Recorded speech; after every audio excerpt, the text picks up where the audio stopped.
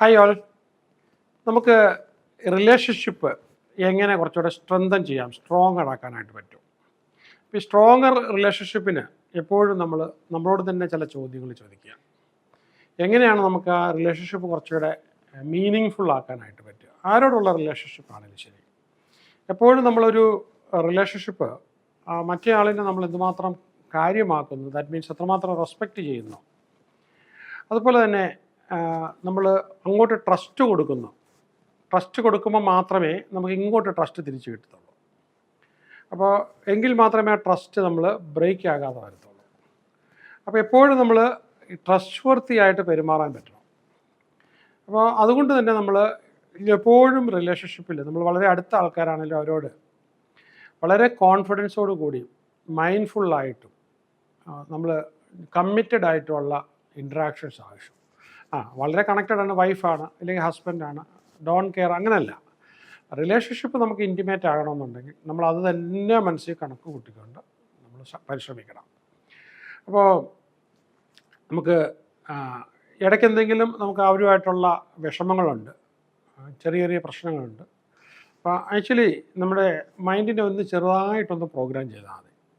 എന്താണെന്ന് ചോദിച്ചാൽ ആരുടെയും നല്ല വശങ്ങൾ കാണാൻ വേണ്ടി മാത്രമായിട്ട് നമ്മളെ പ്രോഗ്രാം ചെയ്ത് വെച്ച് കഴിഞ്ഞാൽ നമ്മുടെ റെറ്റിക്കുലർ ആക്ടിവേറ്റിംഗ് സിസ്റ്റം ബ്രെയിനിൽ നമ്മൾ ന്യൂറൽ പാത്വേ കാണുന്നത് എല്ലാവരുടെയും നല്ല സൈഡായിരിക്കും. നമ്മളിനി എത്ര നല്ല ആളെ എടുത്ത് നോക്കിക്കഴിഞ്ഞാൽ അവിടെ ഇവിടെയൊക്കെ ചെറിയ മിസ്റ്റേക്കൊക്കെ വരാതിരിക്കത്തില്ല. 80% 90% നന്മയുള്ള ആളാണ്. എന്നാലും 10% മിസ്റ്റേക്ക് വന്നു കഴിഞ്ഞാലോ നമുക്കത് ടോളറേറ്റ് ചെയ്യാനായിട്ട് പറ്റത്തില്ല. അപ്പോൾ ഏറ്റവും നല്ലത് അങ്ങനെയുള്ള മിസ്റ്റേക്കുകൾ നമ്മൾ അതിലേക്ക് നമ്മൾ അധികം ശ്രദ്ധിക്കുകയാണെങ്കിൽ അവിടെ ആ ഒരു മിസ്റ്റേക്കുകൾ അതിൻ്റെ സാധ്യത കൂടി വരും. ഫോർ എക്സാമ്പിൾ, ഒരു 5% വൈഫിൻ്റെ 5% മിസ്റ്റേക്ക് എനിക്ക് ഇഷ്ടപ്പെടുന്നില്ല, 95% എനിക്ക് ഇഷ്ടമാണ് എന്നിരിക്കട്ടെ.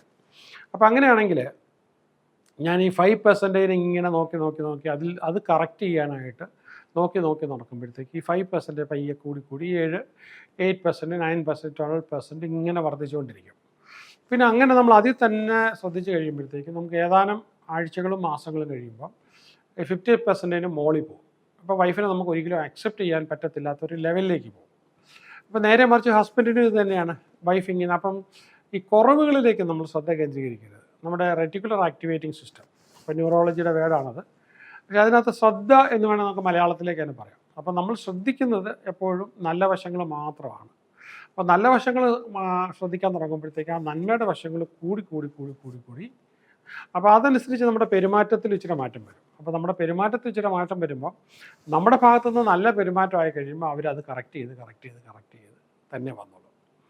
അപ്പോൾ നമുക്കവിടെ നമ്മൾ ഉപയോഗിക്കുന്ന വാക്കുകൾ അല്ലെങ്കിൽ നമ്മൾ ഇടയ്ക്കിടയ്ക്ക് മിസ്അണ്ടർസ്റ്റാൻഡിങ് ഉണ്ടാകുക.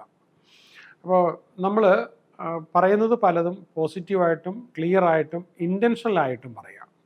അപ്പോൾ ഈ റിലേഷൻഷിപ്പ് സ്ട്രെങ്തൻ ചെയ്യുക, ബിൽഡ് ചെയ്യുക എന്ന് പറയുന്നത് നമ്മളൊരു ഗോളാക്കി തന്നെ മാറ്റുക. അഡാപ്റ്റബിലിറ്റി, മാറുന്ന സാഹചര്യങ്ങളനുസരിച്ച് നമ്മൾ പലതിനെ മാറ്റണം. അപ്പോൾ നമുക്കൊരു ഫ്ലോ, ആ റിലേഷൻഷിപ്പിനകത്തോടെ എപ്പോഴും ഒരു ഫ്ലോ ഉണ്ടാക്കിയെടുക്കണം. പിന്നെ എപ്പോഴും ഒരു കണക്റ്റഡ്നെസ്, എപ്പോഴും ഇപ്പോൾ നമ്മൾ വേറെ എവിടെയെങ്കിലും ആണ്, ഇപ്പം വൈഫ് ഭക്ഷണം കഴിച്ചോ, ഇല്ല വൈഫാണെങ്കിൽ ഇടയ്ക്കൊന്ന് അരോചകം ഉണ്ടാകാത്ത രീതിയിൽ നമ്മൾ ഭക്ഷണം കഴിച്ച് നമ്മുടെ കാര്യങ്ങൾ എന്തെങ്കിലും കുറവുണ്ടോ എന്ന് ഒന്ന് അന്വേഷിക്കുക. അപ്പോൾ ഈ റിലേഷൻഷിപ്പ് നിലനിൽക്കുന്നത് മറ്റൊന്ന് ഫെയ്ത്തിലാണ്. ഒരു മീനിങ് ഫുൾ ലിങ്ക്, രണ്ടുപേരും നമ്മളൊരു മീനിങ് ഫുൾ ലിങ്ക് വേണം. അതുപോലെ തന്നെ നമുക്ക് എപ്പോഴും മറ്റുള്ളവരിൽ നമ്മൾ ശ്രദ്ധിക്കേണ്ടത് ഈ ഫ്യൂച്ചർ പൊട്ടൻഷ്യാലിറ്റിയെ നമ്മൾ നർച്ചർ ചെയ്യണം. പിന്നെ എമ്പതിയോടുകൂടി കാണണം. കാരണം അവരെടുക്കുന്ന ശ്രമം, പലപ്പോഴും സ്ത്രീകളെടുക്കുന്ന ശ്രമം ഹസ്ബൻഡ് കാണുന്നില്ല, ശ്രദ്ധിക്കുന്നില്ല എന്നുള്ളൊരു തോന്നൽ ഒരുപാട് സ്ത്രീകൾക്കുണ്ട്. വേണ്ട വിധത്തിൽ ഹസ്ബൻഡ് അത് ശ്രദ്ധിക്കുന്നില്ല എന്നുള്ളൊരു തോന്നലാണ് നിൽക്കുന്നത്. നമുക്കത് വരരുത്. നമുക്കതിന് പകരം എന്താണ്, നമുക്കെപ്പോഴും എന്ത് നല്ലത് കണ്ടാലും നമ്മൾ അക്നോളജ് ചെയ്യണം. അപ്പോൾ അവരുടെ സ്ഥാനത്ത് നിന്നിട്ട് പിന്നെ അവരുമായിട്ടൊരു ഹാർമണിയിൽ പോകണം. പിന്നെ എപ്പോഴും പല കാര്യങ്ങൾ തീരുമാനം എടുക്കുമ്പോഴും കൺസിഡൻസസ്, ഒരു സമവായം രണ്ടുപേരും, അപ്പോൾ കോൺഫ്ലിക്റ്റുകൾ ഒരുപാട് കുറയും. ഏറ്റവും പ്രധാനം എന്ന് പറഞ്ഞാൽ എന്താണ്, ഇപ്പം വൈഫിൻ്റെ സ്ഥാനത്ത് നോക്കുമ്പോൾ വൈഫ് അൺകണ്ടീഷണലി ഹസ്ബൻഡിനെ അക്സെപ്റ്റ് ചെയ്യുക. അതുപോലെ എൻ്റെ ഫ്രണ്ടിന് പല ദോഷങ്ങൾ കാണും. അപ്പോൾ സംസാരിച്ചുകൊണ്ടിരിക്കുമ്പോൾ സംസാരിച്ചുകൊണ്ടിരിക്കുമ്പോൾ അയാൾ ചിലപ്പോൾ ത്രോട്ട് കൊണ്ട് ചിലപ്പോൾ കാർക്കിച്ച് ആ കഫം പുറത്തേക്ക് കളയുന്ന ആളായിരിക്കും. എന്നെ സംബന്ധിച്ച് അത് വലിയ അരോചകമായിരിക്കും. പക്ഷേ ഞാൻ കറക്റ്റ് ചെയ്യാൻ പോകരുത്. കറക്റ്റ് ചെയ്ത് കഴിഞ്ഞാൽ കറക്റ്റ് ചെയ്യാൻ ശ്രമിക്കുമ്പോഴത്തേക്കും നമ്മുടെ ഇപ്പം എന്തെങ്കിലും ഒരു ഫീഡ്ബാക്ക് ചോദിക്കുന്ന സമയത്ത് ഞാൻ കറക്റ്റ് ചെയ്യാം. ഓക്കെ. അപ്പം പല പുരുഷന്മാർക്കും പറ്റുന്നൊരു വലിയ മിസ്റ്റേക്ക് എന്താണെന്ന് ചോദിച്ചു കഴിഞ്ഞാൽ, കല്യാണം കഴിച്ച അന്ന് മുതൽ വൈഫിനെ കറക്റ്റ് ചെയ്യുകയാണ്. ഇതങ്ങനെ ചെയ്യാവുള്ളൂ, ഇതിങ്ങനെ ചെയ്യാവുള്ളൂ, അതങ്ങനെ ചെയ്യണം, ഇങ്ങനെ ചെയ്യണം. അപ്പോൾ ഇയാൾ അവരെ ട്യൂൺ ചെയ്യാനായിട്ട് നോക്കുകയാണ്. ഇത് കുറച്ച് കഴിയുമ്പോഴത്തേക്കും അവർക്ക് അവരുടെ കഴിവുകളിൽ വിശ്വാസം ഇല്ലാതാവും. നേരെ മറിച്ചും ചില സ്ത്രീകൾ ഈ പറഞ്ഞ പോലെ പുരുഷനെ കറക്റ്റ് ചെയ്ത് പിന്നീട് മക്കളൊക്കെ ആയി കഴിയുമ്പോഴത്തേക്കും മക്കളുടെ അടുത്ത് വെച്ചൊക്കെ കുറ്റമൊക്കെ പറഞ്ഞ് ക്രിട്ടിസൈസ് ചെയ്ത്, നമ്മളതല്ല. ഹസ്ബൻഡിൻ്റെ യുണീക്ക് ക്വാളിറ്റി മക്കളുടെ അടുത്ത് വെച്ച് എടുത്ത് പറയണം. ഇന്ന യൂണീക്ക് ക്വാളിറ്റി, ഇന്ന ക്വാളിറ്റി ഉണ്ട്. വൈഫിൻ്റെ ക്വാളിറ്റി മക്കളുടെ അടുത്ത് വെച്ച് നമ്മൾ എടുത്തു പറയണം. ഇന്ന ക്വാളിറ്റീസ് ഉണ്ട്. നമ്മൾ ഫ്രണ്ട്സിൻ്റെ അടുത്ത് വെച്ച് എൻ്റെ ഈ ഫ്രണ്ടിന് ഇന്ന ക്വാളിറ്റി ഉണ്ട്, ഇതിനകത്തിൻ്റെ പ്രത്യേകത ഇതാണ്. ഇനി അപ്പോൾ വൈഫ് ചെയ്തുകൊണ്ടിരിക്കുന്നതിനെ നമുക്കൊന്ന് ക്രിറ്റിസൈസ് ചെയ്യണമെന്നിരിക്കട്ടെ. നമ്മൾ സാൻഡ്വിച്ച് മെത്തേഡ് എന്ന് പറയും. ആദ്യം ഒരു നന്മ പറയുക. ഓക്കെ. അപ്പോൾ ഫുഡ് ഉണ്ടാക്കുന്നതിൽ ഫിഷ് കറി എക്സലൻ്റ് ആയിട്ട് വൈഫ് ഉണ്ടാക്കും. Extra ordinary. നമ്മൾ കഴിച്ചു കഴിഞ്ഞാൽ അത് കഴിച്ചുകൊണ്ടേയിരിക്കും.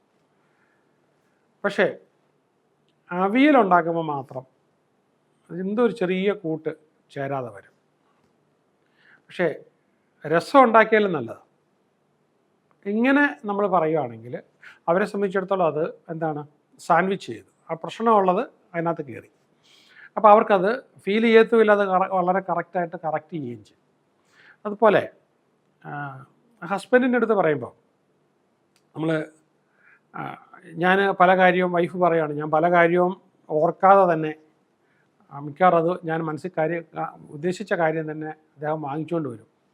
മിക്കവാറും എനിക്കൊരു ഡ്രസ്സ് എടുക്കുകയാണെങ്കിൽ ഞാൻ കണ്ടുകൊണ്ടിരിക്കുന്ന കളറായിരിക്കും മിക്കവാറും കൊണ്ടിരുന്നത്. പല സാധനങ്ങളും ഞാൻ മനസ്സിലാലോചിക്കുന്നത് വളരെ കൃത്യമായിട്ട് കൊണ്ടുവരും. പക്ഷേ ഇങ്ങനെയൊക്കെ ആണെങ്കിലും എൻ്റെ ബർത്ത്ഡേ ഒന്നും പുള്ളിക്കാരനെ ഓർക്കില്ല. അത് ചിലപ്പം മറന്നു പോകും. പക്ഷേ അങ്ങനെയൊക്കെ ആണെങ്കിൽ അത് ഓർപ്പിച്ച് കഴിഞ്ഞാൽ പിന്നെ എന്നോട് വലിയ സ്നേഹമാണ്. അപ്പോൾ അങ്ങനെ പറയുവാണെങ്കിൽ ഒരിക്കലും അത് നമ്മൾ ലെറ്റ് ഡൗൺ ചെയ്യുന്നില്ല. അതിന് പകരം എൻ്റെ ബർത്ത്ഡേ ഒരിക്കലും ആഘോഷിക്കത്തില്ല. ഇങ്ങനെ നമ്മൾ പറയുന്നതായിട്ട് ഒത്തിരി വ്യത്യാസമുണ്ട്. അപ്പോൾ നമ്മൾ ശരിക്കും പറഞ്ഞു കഴിഞ്ഞാൽ ഇവിടെ നമുക്ക് ഒരു ഇൻ്റർപേഴ്സണൽ സ്കില്ല്, ഇല്ലെങ്കിൽ ഇത് പറയാനുള്ള സ്കില്ല്, ഇത് നമുക്ക് എവിടെ നിന്നാണ് കിട്ടുക? നമ്മുടെ വീട്ടിൽ നിന്ന് കിട്ടിയില്ലെങ്കിൽ നമുക്ക് ഇതുപോലെ ആരെങ്കിലും ഇൻ്റർവെൻഷൻ വരണം.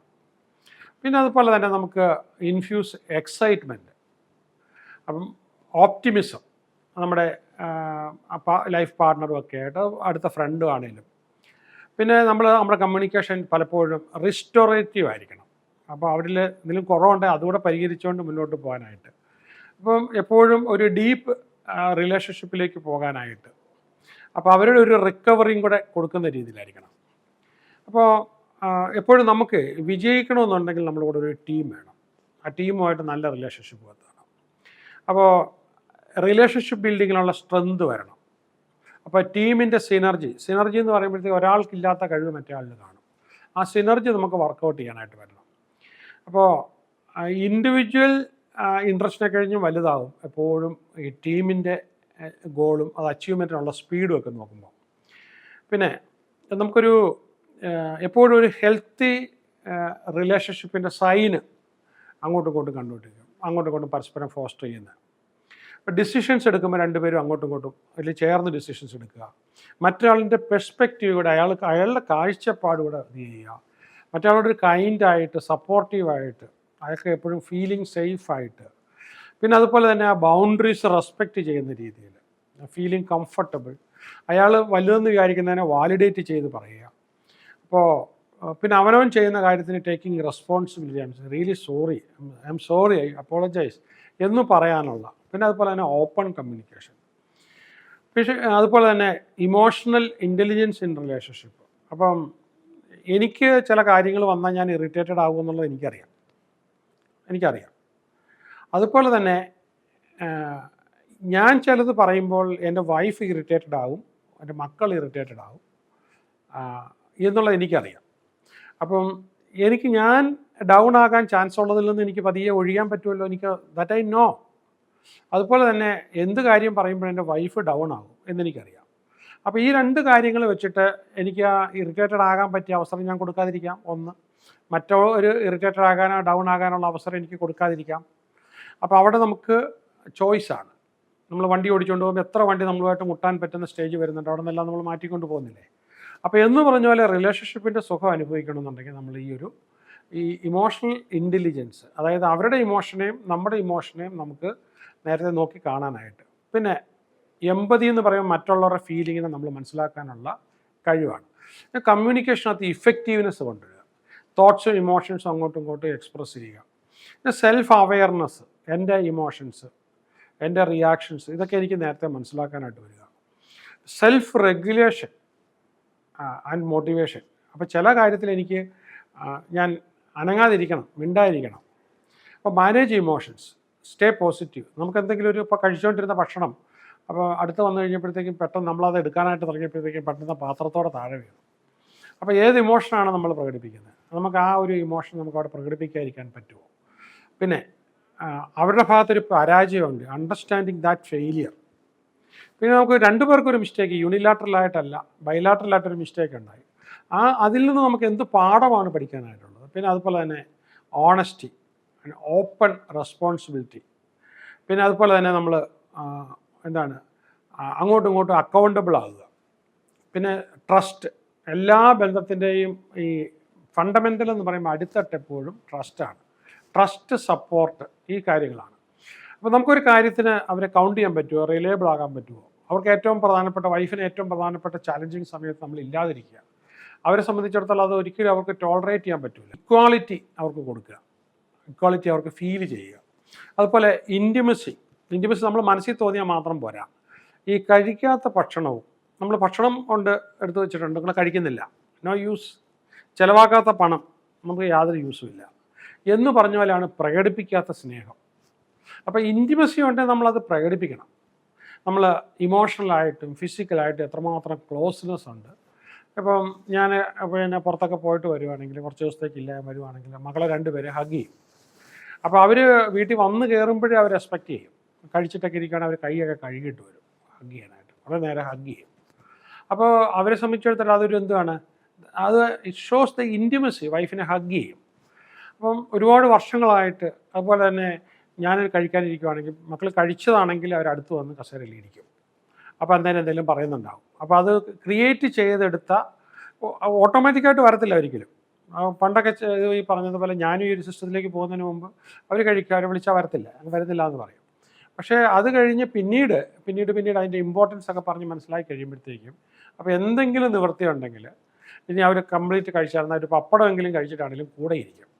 അപ്പോൾ അതൊരു ഫിസിക്കൽ ക്ലോസ്നെസ്സും ഇൻറ്റിമസിയുമാണ്. പിന്നെ അതുപോലെ ഫോർ എക്സാമ്പിൾ ഒരു 3 ഡേയ്സോ 5 ഡേയ്സോ ഞാനില്ല, കൊണ്ടുവരുന്ന സാധനത്തിൻ്റെ വിലയല്ല, പക്ഷേ എന്തെങ്കിലും ഒരു സമ്മാനം വൈഫിനോ കുട്ടികൾക്കോ നമ്മൾ കൊണ്ടുവരിക. അതുപോലെ തന്നെ അവർ പോയിട്ട് വരിക. ഇപ്പം ഞാൻ എൻ്റെ 2 മക്കളെയും ടോക്കിയോയിൽ ഒരു കോഴ്സിന് വിട്ടു. അപ്പം ഞാൻ തന്നെ കാശ് കൊടുത്താൽ വിട്ടെ. അപ്പോൾ അവർ ഡോളർ ഞാൻ അവർ യെന്നിലേക്കൊക്കെ മാറി. പക്ഷേ അവരെനിക്ക് വാങ്ങിച്ചുകൊണ്ട് വന്നൊരു തൊപ്പിയാണ്. എനിക്ക് പൈസ ഇല്ലാത്തതുകൊണ്ടാണ്. പക്ഷേ എന്നാലും നോക്കുമ്പോഴത്തേക്ക് ആ ജപ്പാൻ്റെ ഒരു സുവനിയർ ആയിട്ടൊരു തൊപ്പി മക്കൾ കൊണ്ട് തന്നു എന്ന് പറയുന്നത് നമുക്ക് വലിയ സന്തോഷമാണ്. അതുപോലെ തന്നെ ഞാൻ ഒരു ദിവസം നാസയിൽ ഉണ്ടായിരുന്നു, US നാസയിൽ ഒരു ദിവസം ഫുൾ ഡേ രാവിലെ മുതൽ സന്ധ്യ വരെ ഉണ്ടായിരുന്നു. അപ്പോൾ ഞാൻ നാസയിൽ നിന്ന് വരുമ്പം ഞാൻ അവിടെ വെച്ചൊരു യങ്സ്റ്റേഴ്സൊക്കെ ഇടുന്നേക്കൊണ്ടൊരു സ്പോർട്സുകാരൊക്കെ ഇടുന്നേക്കൊണ്ടൊരു ഇത് വാങ്ങിച്ചൊരു ഓവർകോട്ട്. അപ്പം ഒരു നാസയുടെ ഒറിജിനൽ സംഭവമാണ്. അപ്പോൾ അത് കൊണ്ട് കൊടുത്തു. അപ്പോൾ അവർക്കത് കൊണ്ട് കൊടുത്തപ്പോൾ അതിൻ്റെ വിലയല്ല, അവിടുന്ന് വാങ്ങിച്ചപ്പോൾ സ്വാഭാവികമായിട്ടും കോസ്റ്റ്ലിയാണ്. പക്ഷേ അതിന് അതിനോട് അവർ കൊടുക്കുന്ന ഒരു വിലയുണ്ട്, അതിനോടുള്ള അറ്റാച്ച്മെൻറ്റ്, അത് അവിടെ നിന്ന് വരുന്നത് കൊണ്ടാണ്.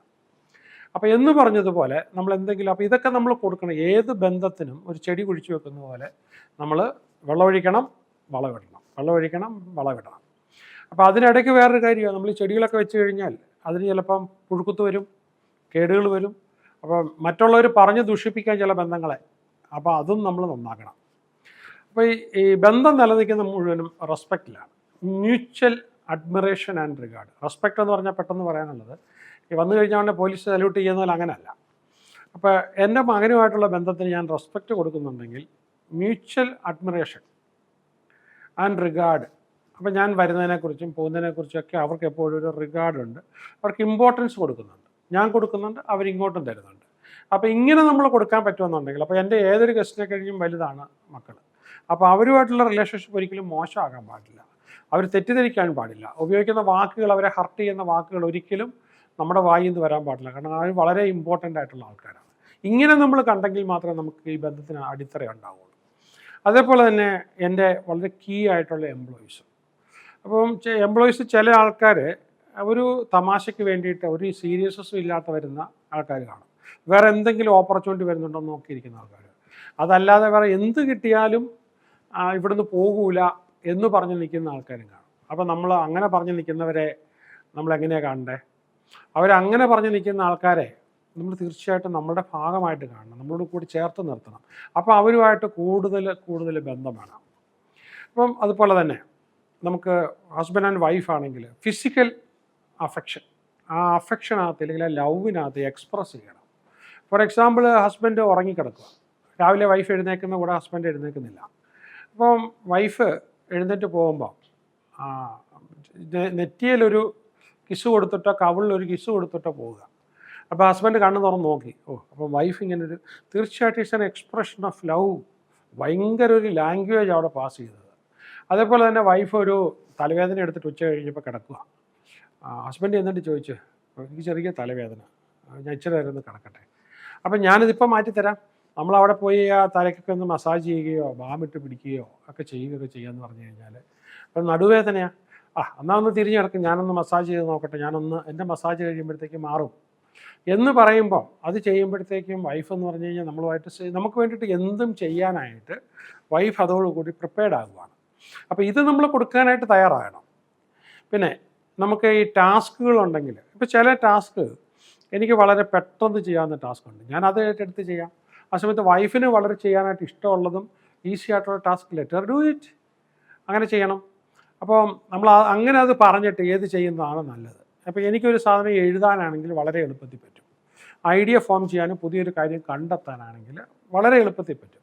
അപ്പം റൊട്ടീൻ ഒരു കാര്യം വൈഫിന് ചെയ്യാൻ പറ്റുമെന്നുണ്ടെങ്കിൽ, ഇപ്പോൾ ഒരു എക്സാമ്പിൾ പറയുകയാണെങ്കിൽ, ഏതാണ്ടൊരു 32 years ago ഞാൻ കല്യാണം കഴിച്ച ആദ്യ വർഷങ്ങളിൽ, അന്ന് എനിക്ക് കമ്പ്യൂട്ടർ ചിന്തിക്കാൻ പറ്റില്ല, അന്ന് ലാപ്ടോപ്പ് ഒന്നുമില്ല. അന്ന് വൈഫ്, എൻ്റെ ഹാൻഡ് റൈറ്റിംഗ് വളരെ മോശമാണ്, ഗാന്ധിജിയുടെ ഹാൻഡ് റൈറ്റിംഗ് പോലെയാണ്. പക്ഷേ വൈഫിൻ്റെ ഹാൻഡ് റൈറ്റിംഗ് നല്ല ഹാൻഡ് റൈറ്റിംഗാണ്. അപ്പോൾ ഈ ട്രെയിനിങ് ഒക്കെ എടുക്കുമ്പോൾ എനിക്ക് വൈഫ് എഴുതി തരും, 3-4 പേജ് എഴുതി തന്നിട്ട് അത് നല്ല വരയൊക്കെ ഇട്ട് നല്ല ഭംഗിയായിട്ട് എഴുതി തരും.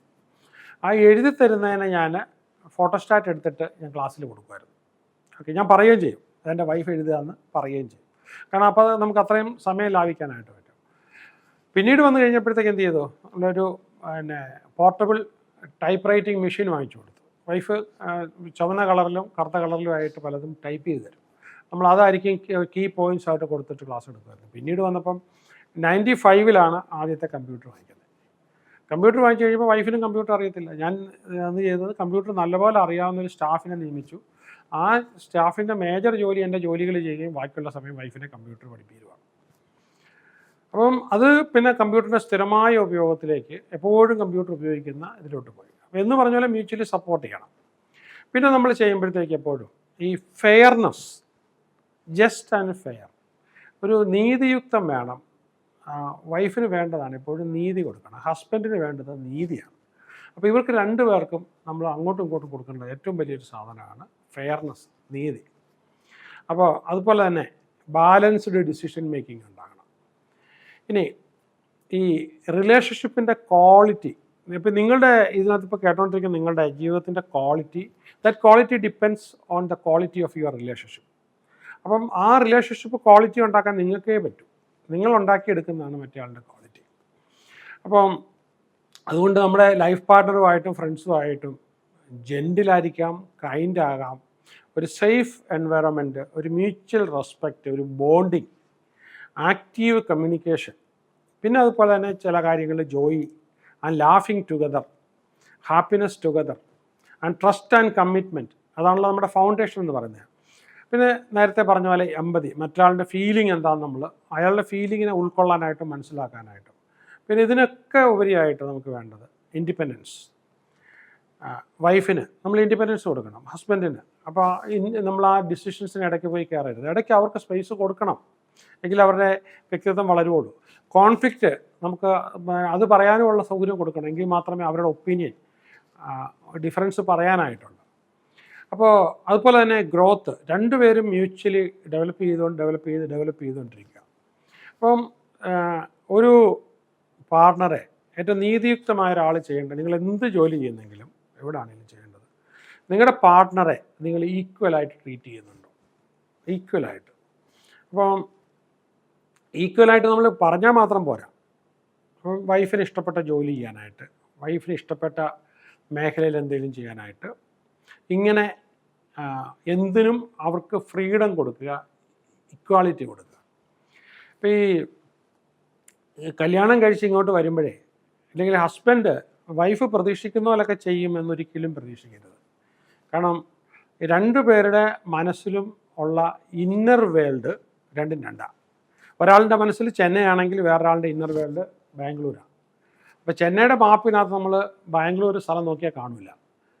അപ്പോൾ അങ്ങോട്ടും ഇങ്ങോട്ടും ഈ ഡിഫറൻസ് ഉണ്ട്, ഇന്നർ വേൾഡ് ഡിഫറെൻറ്റാണ്. പക്ഷേ അത് പതിയെ ഷെയറിങ് ആൻഡ് കെയറിങ് കൊടുത്ത് ഇതിനെ രണ്ടിനെ, ഈ രണ്ട് സിറ്റിയുടെ വ്യൂ പോയിന്റ് നമ്മൾ മേർജ് ചെയ്ത് കഴിഞ്ഞാൽ, അപ്പോൾ കൺസിസ്റ്റൻ്റ് ആയിട്ട് മേർജ് ചെയ്ത് കഴിയുമ്പോൾ നമുക്കൊരു റിലയബിൾ റിലേഷൻഷിപ്പായിട്ട് മാറും. വന്ന ഉടനെ ഇതെങ്ങനെ ചേരാൻ പറ്റുക, ഏത് വിധത്തിൽ ചേരും? രണ്ടുപേരും genetically different, background different, early childhood communication different. Okay, അപ്പോൾ അതിൽ തുടങ്ങിയാണ് നമ്മൾ ഇൻറ്റിമസി തന്നെ ഉണ്ടാവില്ല. ഇംഗ്ലീഷിലൊരു ഫ്രേസ് ഉണ്ട്, മേക്കിംഗ് എ മാരേജ്. ആരെ വേണം നമുക്ക് കല്യാണം കഴിക്കാം, പക്ഷേ മേക്കിംഗ് എ മാരേജ് എന്ന് പറഞ്ഞ് നമ്മൾ ഉണ്ടാക്കിയെടുക്കേണ്ട ഒരു സ്കില്ലാണ്. അതുകൂടാതെ നമ്മൾ ഇമോഷണൽ ഇൻറ്റിമസി, അപ്പോൾ വൈകാരികമായ ഒരു ഇൻറ്റിമസിയും കൂടെ, അവിടെ നമ്മൾ ഷെയറിങ് അവർ ഫീലിങ്സ്, ഷെയറിങ് അവർ തോട്ട്സ്, ഈവൻ ഷെയറിങ് അവർ വൾണറബിലിറ്റീസ്, നമ്മുടെ ദൗർബല്യങ്ങളും കൂടി നമ്മൾ ഷെയർ ചെയ്യുക. അതുപോലെ ഫിസിക്കൽ ഇൻറ്റിമസിക്കകത്ത് expressing love through touch, hug, kisses. അപ്പോൾ ഈ മോഡേൺ, ഈ അടുത്ത കാലത്ത് ഒരുപാട് റിലേഷൻഷിപ്പിനകത്ത് ഒരുപാട് റിസർച്ചസ് നടന്നിട്ടുണ്ട്. അപ്പോൾ ഈ ഏറ്റവും ലേറ്റസ്റ്റ് വരുന്നത്, നമുക്ക് വളരെ ഭംഗിയായിട്ടുള്ള ഒരു സെക്സിലൂടി, ഒരു ഭംഗിയായിട്ടുള്ള ഹസ്ബൻഡ് ആൻഡ് വൈഫിൻ്റെ ഒരു നല്ലൊരു സെക്സ്, മേ ബി 2 മണിക്കൂറോ 3 മണിക്കൂറൊക്കെ എടുത്ത് ഇൻറ്റിമേറ്റായി മാക്സിമം ഇൻറ്റിമേറ്റായി വീണ്ടും സെക്സ് തെറാപ്പിയുടെ മേഖലയിലേക്കൊക്കെ പറയുകയാണെങ്കിൽ, അപ്പോൾ ബിയോണ്ട് ഇൻ്റർകോഴ്സ് അല്ലാതെ തന്നെ ദർ ആർ മൊഡാലിറ്റീസ്. ഇപ്പോൾ വൈഫിന് ഒരു 6-7 പ്രാവശ്യമൊക്കെ ഒരു ഓർഗാസം വന്നതിന് ശേഷം മാത്രമേ പുരുഷൻ ഇൻ്റർകോഴ്സ് നടത്താവൂ. അപ്പോൾ ഇങ്ങനെയുള്ള ഒരു പ്രൊലോങ്ഡ് ആയിട്ട് സ്ലോ സെക്സ് എന്ന് പറഞ്ഞൊരു ബുക്ക് കിട്ടും, if you want you can read it. അപ്പം അതിലൂടെയൊക്കെ നമ്മൾ നോക്കി വരുവാണെങ്കിൽ 60ഓളം ന്യൂറോ ട്രാൻസ്മിറ്റേഴ്സാണ് രണ്ടുപേരുടെ ബോഡിയിലും ബ്രെയിനിലും കിട്ടുക. അപ്പോൾ ഏതാണ്ട് 90ഓളം അസുഖങ്ങൾ നമുക്ക് കുറയാനും ഇല്ലാതാകാനും വരാതിരിക്കാനും പറ്റിയ ദിവ്യ ഔഷധമാണെന്നാണ് ലേറ്റസ്റ്റ് 2022 റിസർച്ചസിനകത്ത് കിട്ടിയിട്ടുള്ള ഡീറ്റെയിൽസ്. അപ്പോൾ അത്രയും ശക്തമായ ഒരു പനേഷ്യ മരുന്ന് നമ്മുടെ കയ്യിലുണ്ടെങ്കിൽ, ഈ 5 മിനിറ്റ് കൊണ്ടോ 10 മിനിറ്റ് കിട്ടുന്ന ഒരു മെക്കാനിക്കൽ ആക്റ്റായ സെക്സിലേക്ക് നമ്മൾ പോകണം. തീർച്ചയായിട്ടും നമുക്ക് വല്ലപ്പോഴും ആണെങ്കിലും ഇതിലേക്ക് പോകണം. അതിപ്പോൾ IT പഠിച്ചു എന്നുള്ളതോ IAS ഓഫീസറാണെന്ന് വെച്ച് ഇതിന് അറിവ് കിട്ടണമെന്നില്ല. സെക്സ് എഡ്യൂക്കേഷൻ 2 വിധത്തിലുള്ള സെക്സ് എഡ്യൂക്കേഷൻ ഉണ്ട്. സെക്സ് എഡ്യൂക്കേഷനിൽ നമുക്ക് ഇപ്പോൾ ഒരു 3 വയസ്സായ കുട്ടിക്ക് പോലും നമ്മൾ സെക്സ് എഡ്യൂക്കേഷൻ കൊടുക്കണം. അവൻ ആണാണോ പെണ്ണാണോ, ലിംഗവ്യത്യാസം എന്താണ്, ഇത് മനസ്സിലാക്കി കൊടുത്താലല്ലേ ഒരു 3 വയസ്സുള്ളൊരു കുട്ടിയോട് തൊട്ടടുത്ത റിലേറ്റീവ് ആ കുട്ടീനെ അബ്യൂസ് ചെയ്ത് ആ കുട്ടിക്ക് മനസ്സിലാക്കാനും നമ്മുടെ അടുത്ത് കമ്മ്യൂണിക്കേറ്റ് ചെയ്യാനും പറ്റൂ. 5 വയസ്സായ കുട്ടിക്ക് കുറച്ചുകൂടെ വൊക്കാബുലറി കൂടിയ നല്ലൊരു സെൻസിബിളായി അവർക്ക് മനസ്സിലാകുന്ന രീതിയിൽ സെക്സ് എഡ്യൂക്കേഷൻ കൊടുക്കണം. 8 വയസ്സായാലും കൊടുക്കണം, 10 വയസ്സായാലും. അപ്പോൾ കുട്ടികൾ വളരുന്നതനുസരിച്ച് അതിൻ്റെ ലാംഗ്വേജിൻ്റെ പാറ്റേൺ പയ്യെ മാറ്റിക്കൊണ്ടിരിക്കണം. പക്ഷേ വളരെ വ്യക്തതയോടുകൂടി ഭക്ഷണം കഴിക്കാനായിട്ട് നമ്മൾ വായിനെക്കുറിച്ചും പല്ലിനെക്കുറിച്ചും ഒക്കെ കണ്ണിനെക്കുറിച്ചും മൂക്കിനെക്കുറിച്ചും സംസാരിക്കുന്നത് പോലെ തന്നെ നമ്മുടെ ലൈംഗിക അവയവങ്ങളെക്കുറിച്ചും കൂടെ കുട്ടികൾ മനസ്സിലാക്കണം. അപ്പം അത് കഴിഞ്ഞുള്ള കാര്യവും ഇപ്പോൾ ഈ പറഞ്ഞ അവർ തന്നെ കയറി അന്വേഷിക്കുന്നതിന് പകരം എന്താകണം, നമ്മൾ ഓതൻറ്റിക്കായിട്ട് പേരൻസിന് ഇവരെ പഠിപ്പിക്കണം, ടീച്ചേഴ്സിന് ഇവരെ പഠിപ്പിക്കണം റീപ്രൊഡക്റ്റീവ് സിസ്റ്റത്തെക്കുറിച്ച്. അപ്പോൾ ഇവർ ഈ സിസ്റ്റം പഠിക്കുകയാണെങ്കിൽ, ഇവർ എന്താണെന്ന് കൃത്യമായിട്ട് മനസ്സിലാക്കുകയാണെങ്കിൽ അവർ പിഴച്ചു പോകാനുള്ള സാധ്യത കുറയുകയാണ് ചെയ്യുന്നത്, കൂടുകയല്ല. ഇത് നമ്മൾ അതിനെക്കുറിച്ച് പറഞ്ഞു കൊടുക്കാതിരിക്കുമ്പോഴത്തേക്കും അവരിൽ ആ ഒരു ഹോർമോണൊക്കെ വളർന്ന് ആ സമയം വരുമ്പോഴത്തേക്കും ക്യൂരിയോസിറ്റി, അങ്ങേയറ്റം ക്യൂരിയോസിറ്റി വരുവാണ്. നമ്മളൊന്നും പറഞ്ഞു കൊടുക്കുന്നില്ല, ആ സമയമാണ് അവർ വഴിവിട്ടു പോകാനുള്ള സാധ്യത, തെറ്റിദ്ധരിക്കാനുള്ള സാധ്യത ഏറ്റവും കൂടുതൽ. അപ്പം ഈ ആണും പെണ്ണും തമ്മിലുള്ള വ്യത്യാസത്തെക്കുറിച്ചും മറ്റുമൊക്കെ കുഞ്ഞുങ്ങളെ മനസ്സിലാക്കി സെക്സ്, റീപ്രൊഡക്ഷൻ, ഇതെല്ലാം കുഞ്ഞുങ്ങളെ, ടീനേജിനെ, അത് കഴിഞ്ഞ് പറഞ്ഞ അഡൾട്ട് ആകുമ്പോൾ ഈ കാര്യങ്ങളെല്ലാം, അഡൾട്ട് ആകുമ്പം ഫാമിലി ലൈഫിനെ കുറിച്ചാണ് കൂടുതൽ പറഞ്ഞു കൊടുക്കേണ്ടത്. ഹസ്ബൻഡ് ആൻഡ് വൈഫ് ലൈഫിനെ കുറിച്ചാണ്, അതിനകത്ത് വരാവുന്ന ഡൈനാമിക്സിനെ കുറിച്ചാണ്. ഇത് കൂടാതെ ഇത് ആ ഒരു സെക്സ് എഡ്യൂക്കേഷൻ. രണ്ടാമത്തെ സെക്സ് എഡ്യൂക്കേഷൻ, അതെനിക്ക് തോന്നുന്നത് നമ്മളിപ്പം ഈ നല്ല എഡ്യൂക്കേറ്റഡായിട്ട് പോസ്റ്റ് ഗ്രാജുവേഷൻ ഇല്ലെങ്കിൽ ഡോക്ടറേറ്റും ഒക്കെ ഉള്ള മെഡിക്കൽ ഗ്രാജുവേറ്റും ഒക്കെ ആയിട്ടുള്ളവരുടെ അടുത്ത് പോലും നമ്മൾ സർവേ നടത്തി കഴിഞ്ഞാൽ മ്യൂച്വലി സെക്സ് അതിനെക്കുറിച്ചുള്ള ഡീപ്പായിട്ടുള്ള നോളജ് ഈവൻ 5% ആൾക്കാർക്ക് കാണില്ല. 5% ആൾക്കാർക്ക് പോലും, ഹൈലി എഡ്യൂക്കേറ്റഡ് ആയിട്ടുള്ള ആൾക്കാർക്ക് പോലും, എത്ര ഇൻ്റലിജൻ്റ് ആയിട്ടുള്ള ആൾക്കാർക്കും കാണില്ല. അപ്പോൾ അവർ പറയുന്ന കല്യാണം കഴിച്ച് ബാക്കി ചെയ്യേണ്ടതൊക്കെ ഞങ്ങൾക്ക് അറിയാം. നോ അവർ സെക്സിനെ ഓപ്റ്റിമമായി കാണും. സെക്സ് ഒരു അപാര ശക്തിയാണ് ജീവിതത്തിൽ, ഭയങ്കര ഒരു ബ്ലിസ്സാണ്. അത് ബ്ലിസ്സും ആകാം, കേഴ്സും ആകാം, ഇഗ്നോർ ചെയ്തിരിക്കാം, വൾഗാരിറ്റി ആകാം. അപ്പോൾ അത് ബ്ലിസ്സാകണോ, കേഴ്സാകണോ, പവറാകണോ, ഇനി അതുകൊണ്ട് നമുക്ക് ഹീൽ ചെയ്യാൻ പറ്റണോ, അതുകൊണ്ട് മാറ്റം ഉണ്ടാക്കാൻ പറ്റണോ. അപ്പം അത് നമ്മൾ പഠിക്കണമെന്നുണ്ടെങ്കിൽ, അപ്പോൾ എപ്പോഴും നമ്മളെ പാർട്ട്ണറെ ഫുള്ളി ആൻഡ് കംപ്ലീറ്റ്ലി നമ്മുടെ ഡ്യൂറിങ് ഈ പറഞ്ഞ ഫിസിക്കൽ ഇൻറ്റിമസിക്കകത്ത് നമ്മുടെ റെസ്പോൺസിബിലിറ്റി. അപ്പം നമ്മൾ മതത്തിൻ്റെ ബാക്ക്ഗ്രൗണ്ടിൽ പറയുകയാണെങ്കിൽ അകത്തുള്ള ഒരു ഈശ്വരൻ്റെ അംശമാണ്. അപ്പോൾ ഈശ്വരന് നമ്മൾ കൊടുക്കാൻ ഉദ്ദേശിക്കുന്ന എല്ലാ നന്മകളും ഇല്ല, നമ്മളെ എല്ലാ ഗിഫ്റ്റുകളും നമ്മുടെ പാർട്ട്ണർക്ക് കൊടുത്ത് അയാളെ ഫിസിക്കലി 100% ഹാപ്പി ആക്കുക എന്നുള്ളതാണ്. 100% ഹാപ്പി ആക്കുക. അതെങ്ങനെ, ഹൗ ഇറ്റ് ഈസ് പോസിബിൾ. അത് ഇതിനെക്കുറിച്ച് എഴുതിയിട്ടുള്ള ഒരുപാട് ബുക്കുകൾ കിട്ടും ഗ്ലോബലിയുള്ള. മലയാളത്തിൽ അങ്ങനത്തെ ബുക്കുകളോ മാഗസിനകത്തോ അങ്ങനെയൊന്നും വരാറില്ല. അപ്പോൾ ആ ഗ്ലോബലിയുള്ള ഒരുപാട് ബുക്കുകളുണ്ട് ഈ ഐറ്റത്തിനകത്ത്. അപ്പോൾ ടെഡ് പോലുള്ള അതിനകത്തൊക്കെ ഇതിനെക്കുറിച്ച് കൂടുതൽ ഇൻ്റലക്ച്വൽ ഫോറങ്ങളിൽ സംസാരിച്ചിട്ടുള്ളത്, ഡോക്ടേഴ്സിൻ്റെയും പ്രൊഫസേഴ്സിൻ്റെയും ഒക്കെ ടോക്കുകളൊക്കെ കിട്ടും. അപ്പം അതൊക്കെ എടുത്ത് വെച്ചിട്ട് അനാൻഡ്രപ്പിയൊക്കെ കാണിച്ച് പഠിപ്പിച്ച് നമുക്ക് ആ ഒരു ഇത് കിട്ടും. അപ്പം ഓപ്റ്റിമായി ഇതൊരു ഭയങ്കര ബ്ലിസ്സാണ്, ഇതെങ്ങനെ ഉപയോഗിക്കണം എന്നുള്ളതിനെക്കുറിച്ച് ആ അറിവ് നേടുന്നതാണ് രണ്ടാമത്തെ സെക്സ് എഡ്യൂക്കേഷൻ എന്ന് പറയുന്നത്. ഇനി ഈ sex is leading to spirituality. Sex എപ്പോഴും ഒരു സ്പിരിച്വാലിറ്റിയിലേക്കുള്ള ടൂളാണ്. സെക്സ് പ്രോപ്പർലി ഉപയോഗിച്ച് കഴിഞ്ഞാൽ ഇറ്റ്സ് എ സ്പിരിച്വൽ ഇൻറ്റിമസി. അപ്പം നമുക്ക് അതിലേക്കുള്ള exploring that belief and values together, രണ്ടുപേരുടെ ഒന്നിച്ച്, and strategies for long standing relationship. ഞാനിപ്പോൾ ഇതിലിങ്ങനെ അത് പറഞ്ഞു കഴിഞ്ഞാൽ ഇവിടെ തീരുമില്ല. ഇതിനെക്കുറിച്ച് 3 ബുക്ക് ഞാനിപ്പോൾ എഴുതിയിട്ടുണ്ട്. അതിപ്പം ഡിസൈൻ കഴിഞ്ഞ് ഇറങ്ങിക്കഴിഞ്ഞാൽ നിങ്ങൾക്ക് അതിനെക്കുറിച്ച് കൂടുതൽ കിട്ടും. ഇനി ഇതിനെക്കുറിച്ചൊക്കെ കൂടുതൽ പഠിപ്പിക്കുന്ന 4 ദിവസമൊക്കെ നിൽക്കുന്ന എക്സ്പേർട്ടുകളുടെ വർക്ക്ഷോപ്പുകളൊക്കെ ഉണ്ട്. അവർ 10 പേരെയൊക്കെ എടുക്കുകയുള്ളൂ. 5 lakhs ഒക്കെ അതിൻ്റെ ഫീസ്. ഓക്കെ, എനിക്ക് കേരളത്തിൽ നിന്നൊന്നും അധികം പേര് അതിനൊന്നും പോകില്ലാന്ന് തോന്നുന്നു. അപ്പം പക്ഷേ അതൊന്നും നമുക്ക് ഭയങ്കര മാരിറ്റൽ ബ്ലിസ്സാണ് അവരിൽ നിന്നും നേരിട്ട് ഇത് കിട്ടുമ്പോഴത്തേക്ക്. അപ്പോൾ ആ മെൻ്റലി ആ ലെവലിലോട്ട് വന്നിട്ടുള്ള ആൾക്കാരായിരിക്കും 5 lakhs. ഇന്ത്യയിലെ കാര്യം ഞാൻ പറയുന്നത്, എപ്പോഴൊക്കെയാണ് വീണ്ടും അങ്ങോട്ട് കൂടും. അപ്പം അതുപോലെ തന്നെ ഇഫക്റ്റീവ് കോൺഫ്ലിക്റ്റ് റെസൊല്യൂഷൻ, ഡിസഗ്രിമെൻ്റ് ഉണ്ടാകും. അപ്പോൾ അതെങ്ങനെ നമുക്ക് റെസ്പെക്റ്റ്ഫുള്ളി സോൾവ് ചെയ്യാം, 2 പേർക്ക് എങ്ങനെയാണ് സൊല്യൂഷൻ കണ്ടെത്താനായിട്ട്. പിന്നെ ഹസ്ബൻഡ് ആൻഡ് വൈഫ് എപ്പോഴും അപ്രിസിയേഷൻ എല്ലാ കാര്യത്തിലും. ഞാൻ പറഞ്ഞല്ലോ, ഇപ്പം wife after A physical relationship, wife ഹസ്ബൻഡിന് ഏറ്റവും കൂടുതൽ അപ്രിസിയേഷൻ കൊടുത്തിട്ട് വേണം, മാക്സിമം അപ്രിസിയേഷൻ കൊടുത്തിട്ട് പോകാൻ. അപ്പം ഹസ്ബൻഡും അതുപോലെ വൈഫിനും അപ്രിസിയേഷൻ കൊടുത്തിട്ട് വേണം പോകാൻ. അപ്പോൾ അടുത്ത പ്രാവശ്യത്തെ റിലേഷൻഷിപ്പ് കുറച്ചും കൂടെ കേമമാകും, മെച്ചമാകും, ഹീലിംഗ് ഉണ്ടാകും. അതുപോലെ തന്നെ എക്സ്പ്രസ് ഗ്രാറ്റിറ്റ്യൂഡ്, 2 പേരും അങ്ങോട്ടും ഇങ്ങോട്ടുമുള്ള കാര്യങ്ങളെല്ലാം ഗ്രാറ്റിറ്റ്യൂഡ്. പിന്നെ നമ്മൾ കംപ്ലീറ്റ് വൈഫിനെ ഹസ്ബൻഡിനെ കെട്ടിപ്പിടിച്ചോണ്ടിരിക്കുക എന്നുള്ളതല്ല, ക്വാളിറ്റി ടൈം. ഇപ്പോൾ ഈ ആഴ്ച ഒരു ദിവസം വീട്ടിൽ വരുന്ന ഹസ്ബൻഡുണ്ട്, ഇല്ല വൈഫ് ആഴ്ച ഒരു ദിവസം വരുന്ന ജോലിയിലൊക്കെ ഇരിക്കുന്ന ആൾക്കാരുണ്ട്, അല്ലെങ്കിൽ പ്രൊഫഷണലി ഈ പറഞ്ഞ രാത്രി 9 മണി വരെ ജോലിയൊക്കെ ഉള്ളവരുണ്ട്. അത് 15 മിനിറ്റാണ് ഒന്നിച്ചുള്ളെങ്കിലും, ഉറങ്ങുന്നതിന് മുമ്പ് 15 മിനിറ്റാണ്. ആ 15 മിനിറ്റ് മൊബൈൽ എടുക്കാതെയോ വേറെ ഒന്നിലും കമ്പ്യൂട്ടറിൽ നോക്കാതെയോ അവർ quality time, completely listening to wife and completely listening to husband. അതിനിടയ്ക്ക് എന്താണ് സോഷ്യൽ മീഡിയ ഒന്നും മറിച്ച് നോക്കാൻ പോകരുത്. Quality time. കുട്ടികൾക്കാണെങ്കിലും എത്ര സമയം എന്നുള്ളതല്ല നമ്മൾ കൊടുക്കുന്ന ഏറ്റവും വേണ്ടപ്പെട്ട കൊടുക്കുന്ന ഫ്രണ്ട്സിനാണെങ്കിലും മാസത്തിലൊന്നോ 6 മാസം കൂടുമ്പോഴോ കാണുന്നതാണെങ്കിലും ക്വാളിറ്റി ടൈം ആയിരിക്കണം. ഇനി അതുപോലെ തന്നെ വളരെ സപ്പോർട്ടീവായിട്ടുള്ള എൻവയറമെൻറ്റ് നമ്മൾ ഉണ്ടാക്കിയെടുക്കണം. വേറെ ആരും കൊണ്ടുത്തരത്തില്ല. വളരെ പാഷനും ഡ്രീമും ഒക്കെ വെച്ചിട്ട് നമ്മൾ ഉണ്ടാക്കിയെടുക്കണം. പിന്നെ ഒരു ബന്ധം സന്തോഷകരമാകണമെങ്കിൽ എപ്പോഴും പേഴ്സണൽ ഗ്രോത്ത്, മ്യൂച്വൽ സപ്പോർട്ട് കൊണ്ട്, സെൽഫ് ഇമ്പ്രൂവ്മെൻറ്റ് കൊണ്ട് രണ്ടുപേർക്കും എപ്പോഴും അത് ഗ്രോ ചെയ്യാനായിട്ട് പറ്റണം. പിന്നെ അതുപോലെ മറ്റൊരു കാര്യം എന്ന് പറഞ്ഞു കഴിഞ്ഞാൽ ഈ റിലേഷൻഷിപ്പിന് ഇടയ്ക്ക് ഒരുപാട് ചലഞ്ചസ് വരും. നമ്മളത് മാനേജ് ചെയ്യാനായിട്ട് പഠിക്കണം. ആക്റ്റീവ് ലിസണിങ് വളരെ ഞാൻ തുടങ്ങുന്നത് തന്നെ അത് വെച്ചിട്ടാണ്. പിന്നെ പേഷ്യൻസ്, നമുക്ക് ക്ഷമയോടുകൂടിയുള്ള, അപ്പോൾ അതേപോലെ തന്നെ നമുക്ക് എഫർട്ട്, അങ്ങോട്ടും ഇങ്ങോട്ടും നമുക്ക് പല കാര്യങ്ങളും എഫർട്ട് എടുത്ത് സോൾവ് ചെയ്യണം. പിന്നെ ഒരു കാര്യം എന്ന് പറഞ്ഞാൽ കോംപ്രമൈസസ്. പല കാര്യങ്ങൾ എടുക്കുമ്പോഴത്തേക്കും ഇതാണ് ഞാൻ കോംപ്രമൈസ് ചെയ്തേക്കാം, ഓക്കെ മിസ്റ്റേക്ക് വന്നു, ഐ അപ്പോളജൈസ്, ഫർഗീവ് മീ.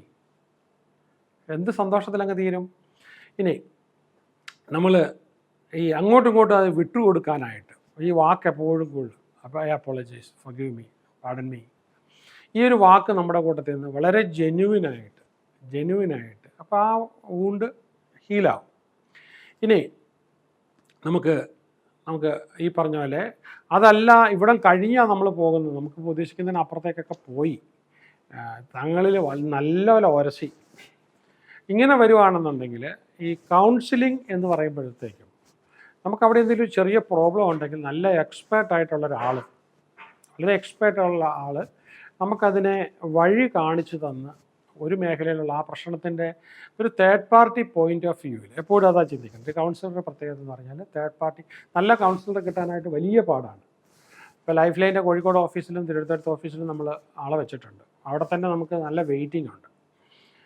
ഇനി വരുന്ന സെൻറ്റേഴ്സിലൊക്കെ ഈ കൗൺസിലിങ്ങിനകത്ത് നല്ല കൗൺസിലിംഗ് കൊടുക്കുകയാണെങ്കിൽ തീർച്ചയായിട്ടും നല്ല വെയിറ്റിംഗ്. അപ്പോൾ നമുക്ക് നല്ലൊരു കൗൺസിലറെ കിട്ടുകയാണെങ്കിൽ ഒരു തേർഡ് പാർട്ടിയുടെ വ്യൂ അത് നമുക്ക് നല്ലതാണ്.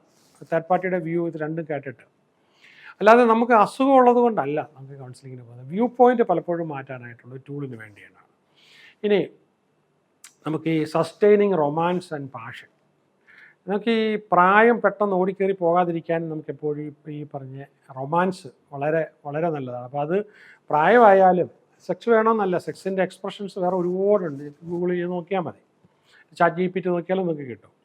അപ്പോൾ ജസ്റ്റേഴ്സ്, ഗിഫ്റ്റ് കൊടുക്കുന്നത്, സ്പോണ്ടേനിറ്റി, അതുപോലെ തന്നെ അൺഎക്സ്പെക്റ്റഡ് ആയിട്ടുള്ള ചില പ്ലാനിങ്, ചില എൻഗേജ്മെൻറ്റ്സ്, അപ്പോൾ ഫിസിക്കൽ അഫെക്ഷൻ നമ്മൾ അൺഎക്സ്പെക്റ്റഡ് ആയിട്ട് കൊടുക്കുക, എപ്പോഴും ഒരു കണക്ഷൻ കീപ്പ് ചെയ്യുക, ഷെയർഡ് ഗോൾ ഉണ്ടാകുക, പരസ്പരം അങ്ങോട്ടും ഇങ്ങോട്ടും ഗോളുകൾ പറയുക, മറ്റേ ആളെ ഗോളിൽ എത്തിക്കാനായിട്ട് കൂടെ ആ ഗോളിനെ കുറിച്ച് ചോദിക്കുക. അതോടൊപ്പം തന്നെ നമ്മൾ ഇൻഡിവിജ്വാലിറ്റി അംഗീകരിച്ചുകൊണ്ട് പോവുക.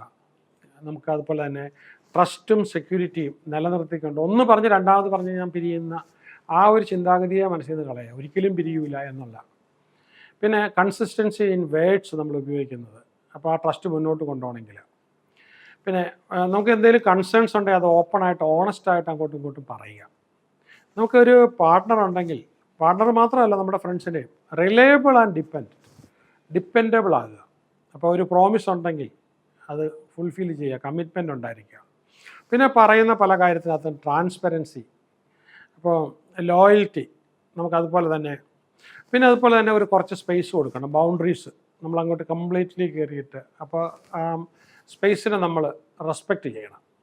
പിന്നെ എപ്പോഴും ഞാൻ പറഞ്ഞില്ല, മറ്റുള്ളവരുടെ ഒരു ഫീലിംഗ് നമ്മൾ ഉൾക്കൊള്ളുക, അവരുടെ പ്രൈവസി അംഗീകരിക്കുക. അപ്പോൾ പേഴ്സണൽ ചോയ്സ്, ആക്ച്വലി ഞാൻ പറയാം, എൻ്റെ ഫോൺ ഒരിക്കലും വൈഫ് എടുത്ത് നോക്കാറില്ല. അത് വേണ്ടിയിട്ട് ഞാനപ്പോൾ എന്തെങ്കിലും ആവശ്യം പറഞ്ഞാൽ മാത്രം അത് എൻ്റെ മൊബൈലിൽ ഞാൻ നമ്പർ അങ്ങ് എടുത്തോളൂ, അല്ലെങ്കിൽ ഇന്നൊരു കാര്യം എൻ്റെ മൊബൈലിൽ ചെയ്തോളൂ എന്ന് പറഞ്ഞാൽ മാത്രമേ ഞാൻ ചെയ്യാറുള്ളൂ. ഞാൻ രണ്ടുപേരും ഓർത്തിരിക്കാൻ എപ്പോഴും ഞങ്ങൾക്ക് രണ്ടുപേർക്കും ഒരേ പാസ്വേഡാണ് ഇടുന്നത്. വൈഫിൻ്റെ ഫോൺ ഞാൻ ഒരിക്കലും എടുത്ത് നോക്കാറില്ല. When there is a trust, എന്താ നമ്മൾ എടുത്ത് നോക്കേണ്ട കാര്യം എന്തായിരിക്കുന്നത്? വാട്സപ്പ് ഒന്നും തുറന്നു നോക്കാറില്ല. അപ്പോൾ നമുക്ക് എന്താണ് ഈ മ്യൂച്വലി അവിടെ പിന്നെ ഒരു ഇഫക്റ്റീവ് കമ്മ്യൂണിക്കേഷനാണ്. അത് തന്നെയല്ല, പ്രൈവസിയെ നമ്മൾ അംഗീകരിക്കുന്നുണ്ട്. ഇപ്പോൾ വൈഫാണെങ്കിൽ ചെല്ലുന്നിടത്തെല്ലാം ഫോട്ടോസ് എടുക്കും. അപ്പോൾ ഞാനങ്ങനെ ഫോട്ടോസൊന്നും എടുക്കത്തില്ല, ഓർക്കത്തില്ല എന്നുള്ളതാണ് മെയിനായിട്ട്. പക്ഷേ വൈഫ് എടുക്കുന്നതിൽ നല്ല ഫോട്ടോസ് എനിക്ക് അയച്ചു തന്നുകൊണ്ടിരിക്കും. അപ്പം ചിലപ്പോൾ അത് അയച്ചു തന്നാലും ഞാനത് നോക്കത്തൊന്നുമില്ല, എന്നെ വിളിച്ച് ഓർപ്പിക്കണം. പിന്നെ നമുക്കതുപോലെ തന്നെ ഗ്രാറ്റിറ്റ്യൂഡ് ജേണൽ എഴുതുമ്പോൾ ആരെക്കുറിച്ചാണ് കൂടുതൽ എഴുതേണ്ടത്? മറ്റുള്ള സ്ട്രേഞ്ചേഴ്സ് ചെയ്തതുപോലെ അല്ല. വൈഫ് തന്നിട്ടുള്ള ഗ്രാറ്റിറ്റ്യൂഡ്, ഹസ്ബൻഡ് ചെയ്തിട്ടുള്ള ഗ്രാറ്റിറ്റ്യൂഡ്, മക്കൾ ചെയ്തിട്ടുള്ള ഗ്രാറ്റിറ്റ്യൂഡ്, നമ്മുടെ മക്കൾ നമ്മുടെ പ്രൊഫഷനിൽ എൻകറേജ് ചെയ്യാൻ അതിനും കൂടുതൽ എന്താ വേളെ. പിന്നെ നമുക്ക് പോസിറ്റീവ് റീഇൻഫോഴ്സ്മെൻറ്റ്. അപ്പോൾ ഈ ഇത് എഴുതുമ്പോൾ നമ്മൾ ഗ്രാറ്റിറ്റ്യൂഡ് ചാനൽ എഴുതുമ്പോൾ ഒരു കാര്യം, നമ്മൾ ഇന്ന് 20 ഐറ്റംസ് എഴുതി, നാളെ 20, മറ്റന്നാൾ 20 എഴുതി, എല്ലാ ദിവസവും ഏറെക്കുറെ ഒന്ന് തന്നെ എഴുതുന്ന, ചിലപ്പോൾ 2 3 എണ്ണം പുതിയത് കാണും. അമേസിങ് ആസ്പെക്റ്റ് എന്ന് പറഞ്ഞു കഴിഞ്ഞാൽ ദിവസങ്ങൾ അങ്ങനെ കാലത്ത് പോകുമ്പോൾ 10-30 ദിവസം കഴിയുമ്പോഴത്തേക്കും എല്ലാ ദിവസവും പുതിയ 2-3 വന്ന് നമുക്ക് ഒരു പുതിയ കുറേ സാധനങ്ങൾ അങ്ങ് വന്നുകൊണ്ടിരിക്കുക. അപ്പോൾ ദാറ്റ് മീൻസ് നമുക്കങ്ങനെ ഒരുപാട് നല്ല കാര്യങ്ങൾ ജീവിതത്തിൽ സംഭവിക്കേണ്ടത് എഴുതുമ്പോഴത്തേക്കും വലിയൊരു സംഭവമാണ്. പിന്നെ എപ്പോഴും നമ്മൾ ഓപ്റ്റിമിസം, എല്ലായ്പ്പോഴും ഓപ്റ്റിമിസം. പിന്നെ ജീവിതത്തിൽ ഓരോ മൈൽ സ്റ്റോൺസ് കടന്നു പോകുമ്പോഴും രണ്ടുപേരും നമ്മളതിനെ സെലിബ്രേറ്റ് ചെയ്യുക. സെലിബ്രേറ്റ് ചെയ്യുമ്പോൾ നമ്മുടെ വീട്ടിലുള്ളവരുടെ മൈൻഡ് പവറും കൂടെ വർക്ക് ചെയ്യുകയാണ്. അടുത്ത സെലിബ്രേഷന് വേണ്ടി അവർ ആഗ്രഹിക്കുക. അപ്പം അതുപോലെ തന്നെ നമ്മൾ ഒന്നിച്ചിരിക്കുമ്പോഴത്തേക്കും ഉണ്ടാകുന്ന ഷെയർ അവർ ഫിയേഴ്സ്, ഡ്രീംസ്, ഇൻസെക്യൂരിറ്റീസ്, അല്ലെങ്കിൽ ഇമോഷണൽ കണക്ഷൻസ്. പിന്നെ കുട്ടികൾ പറഞ്ഞാലും നമ്മൾ വളരെ ശ്രദ്ധാപൂർവ്വം ലിസൺ ചെയ്യുക. പിന്നെ ചില റൊമാൻറ്റിക് ജെസ്റ്റേഴ്സ്. അപ്പോൾ കുട്ടികളത് കണ്ടുകൊണ്ടൊന്നും ഒരു തെറ്റുമില്ല, നല്ലതാണ് കുട്ടികൾക്ക്. കാരണം അതുതന്നെ ഒരു വലിയ ട്രെയിനിങ് ആണ് ഈ പറഞ്ഞ കുട്ടികൾക്ക് കിട്ടാവുന്ന. അപ്പോൾ നമ്മുടെ സ്വപ്നങ്ങളൊക്കെ ഷെയർ ചെയ്യുക. അപ്പോൾ അങ്ങനെ വരുമ്പോഴത്തേക്കും നമ്മുടെ ഇൻറ്റിമസി കൂടി കൂടി കൂടി കൂടി വരും. നർച്ചറിങ് ട്രസ്റ്റ്, കൺസിസ്റ്റൻ്റ് കമ്മ്യൂണിക്കേഷനാണ്. അപ്പോൾ ട്രാൻസ്പെറൻസി കൂടി കൂടി കൂടി വരും, റിലയബിലിറ്റി കൂടി കൂടി വരും. അപ്പം നമുക്ക് അങ്ങോട്ടും ഇങ്ങോട്ടുമുള്ള പിന്നെ ചാലഞ്ചസ് ഉണ്ടായിക്കഴിഞ്ഞാൽ ചാലഞ്ചസ് പെട്ടെന്ന് തന്നെ നമുക്ക് സോൾവ് ചെയ്യാൻ പറ്റും. അപ്പോൾ എന്തെങ്കിലും ചെറിയ കാര്യം അങ്ങോട്ടും ഇങ്ങോട്ടും സംഭവിച്ചു പോയാൽ അൺനോയിങ്ങിലി പല മിസ്റ്റേക്കും ചെയ്യും. എനിക്കുണ്ട്. വൈഫ് അത് ഫോർഗീവ് ചെയ്യും. വൈഫ് ചിലപ്പം അൺനോയിങ്ങിലി ചെയ്ത് കഴിഞ്ഞാൽ ഞാനത് ഫോർഗീവ് ചെയ്യും. പിന്നെ അപ്പോൾ ഇങ്ങനെയൊക്കെ വരുമ്പോഴത്തേക്കും നമുക്ക് തീരാത്ത നമുക്ക് അങ്ങനെ അങ്ങോട്ട് തീർത്തങ്ങോട്ട് പോകാൻ പറ്റുന്നില്ലെങ്കിൽ ഉടനെ തന്നെ തേർഡ് പാർട്ടി പെർസ്പെക്റ്റീവ്, ടെക്നിക്കലി അറിയാവുന്ന ഒരാൾ, സൈക്കോളജിയുടെ അറിയാവുന്ന ഒരാൾ, അതാണ് നമ്മൾ കൗൺസിലിംഗ് കൊണ്ട് മെയിനായിട്ടും. അപ്പോൾ വളരെ അവിടെ ചെന്ന് കഴിഞ്ഞാൽ ആ രീതിയിൽ കുറ്റപ്പെടുത്തുകയല്ല, ആ പ്രശ്നങ്ങൾ ആ രീതിയിൽ അവതരിപ്പിക്കുക. അവർക്കും അത് വളരെ നമ്മുടെ ഒരുപാട് കഥകളും കുറ്റപ്പെടുത്തലും കൊടുത്തു കഴിഞ്ഞാൽ കൗൺസിലർക്കൊന്നും ചെയ്യാൻ പറ്റത്തില്ല. എന്താണ് നമ്മൾ തമ്മിലുള്ള പ്രശ്നം എന്ന് കൃത്യമായിട്ട് നമ്മൾ ഐഡൻറ്റിഫൈ ചെയ്ത് പറയുകയാണെങ്കിൽ, കാരണം നമുക്ക് വളരെ കുറച്ച് ടൈമല്ലേ കിട്ടുന്നുള്ളൂ, അപ്പോൾ കൃത്യമായിട്ടൊരു കൗൺസിലർക്ക് നമുക്ക് ഹെൽപ്പ് ഔട്ട് ചെയ്യാനായിട്ട് പറ്റും. അപ്പോൾ ഇത് നമുക്ക് വളരെ ലോങ് ടേം ആയിട്ട് മെയിൻറ്റെയിൻ ചെയ്യാനും കണ്ടിന്യൂസ് ആയിട്ട് ജീവിതത്തിൽ ഗ്രോത്ത് ഉണ്ടാക്കാനായിട്ടും, അപ്പോൾ ലൈഫിൽ കിട്ടുന്ന ഓരോ ഇതും നമ്മൾ അപ്രീഷിയേറ്റ് ചെയ്യാനും, ലാഫ്റ്റർ ടുഗദർ, സന്തോഷത്തോടു കൂടി ജോയിയസ് ആയിട്ട്. ഇപ്പോൾ ഈ രണ്ടിലൊരു പാർട്ണർ നഷ്ടപ്പെട്ട് കഴിയുമ്പോഴത്തേക്കും നമ്മൾ ആലോചിക്കുന്നതൊക്കെ ഈ നേരത്തെ ജീവിച്ച ആ സന്തോഷങ്ങളുടെ നിമിഷങ്ങളായിരിക്കും നമ്മളുടെ ഏറ്റവും വലിയ സമ്പാദ്യം. അപ്പോൾ നമ്മൾ കാണിച്ച അഫെക്ഷനും, നമ്മൾ കാണിച്ച കെയറും, നമ്മൾ കാണിച്ച സെലിബ്രേഷൻസും, ഇല്ലെങ്കിൽ നമ്മൾ കാണിച്ച അന്നേരം ഷെയർ ചെയ്ത സെൽഫ് റിഫ്ലക്ഷനും, ഇതൊക്കെ ആയിരിക്കും നമുക്ക് മൈൻഡ്ഫുൾനെസ്സും. അപ്പോൾ അങ്ങോട്ട് നമ്മൾ സ്പിരിച്വലി കോൺട്രിബ്യൂട്ട് ചെയ്തതും, പേഴ്സണൽ ഹോബീസിനെ നമ്മൾ സപ്പോർട്ട് ചെയ്തതും, ഇതൊക്കെ ആയിരിക്കും പരസ്പരം അങ്ങോട്ടും ഇങ്ങോട്ടും വരുന്നത്. അപ്പോൾ ഇങ്ങനെ നിങ്ങൾക്ക് കഴിയട്ടെ, ഒരുപാട് മാറ്റങ്ങൾ ഉണ്ടാക്കാനായിട്ട് നിങ്ങൾക്ക് കഴിയട്ടെ. ഞാൻ റിലേഷൻഷിപ്പിൻ്റെ പല ആസ്പെക്ട്സും ഓൾറെഡി ചെയ്തിട്ടുണ്ട്. അത് ഞാൻ കുറച്ചുകൂടി ഡീപ്പായിട്ട് ചെയ്യുന്നത്, എനിക്ക് നിങ്ങൾ പിന്നീട് വരുമ്പോൾ എനിക്ക് അറ്റൻഡ് ചെയ്തൊരു കൗൺസിലിംഗ് തരാനായിട്ട് സമയമില്ല. അപ്പോൾ അതുകൊണ്ട് ഇതിൽ തന്നെ നിങ്ങൾക്കൊരു കോഗ്നിറ്റീവ് ബിഹേവിയർ തെറാപ്പി, നിങ്ങളുടെ ചിന്തകളെ മാറ്റി നിങ്ങളുടെ പ്രശ്നങ്ങൾക്കൊരു പരിഹാരം തരാൻ വേണ്ടിയിട്ടാണ്. ഇത് ഒന്നുകൂടെ കാണണമെന്ന് തോന്നിക്കഴിഞ്ഞാൽ 1, 2, 3 പ്രാവശ്യം കാണുക. യാത്രയൊക്കെ പോകുമ്പോൾ ജസ്റ്റ് സൗണ്ട് മാത്രം ഇട്ടിട്ടാണെങ്കിലും കേൾക്കുക. You will get lot of changes. All the best.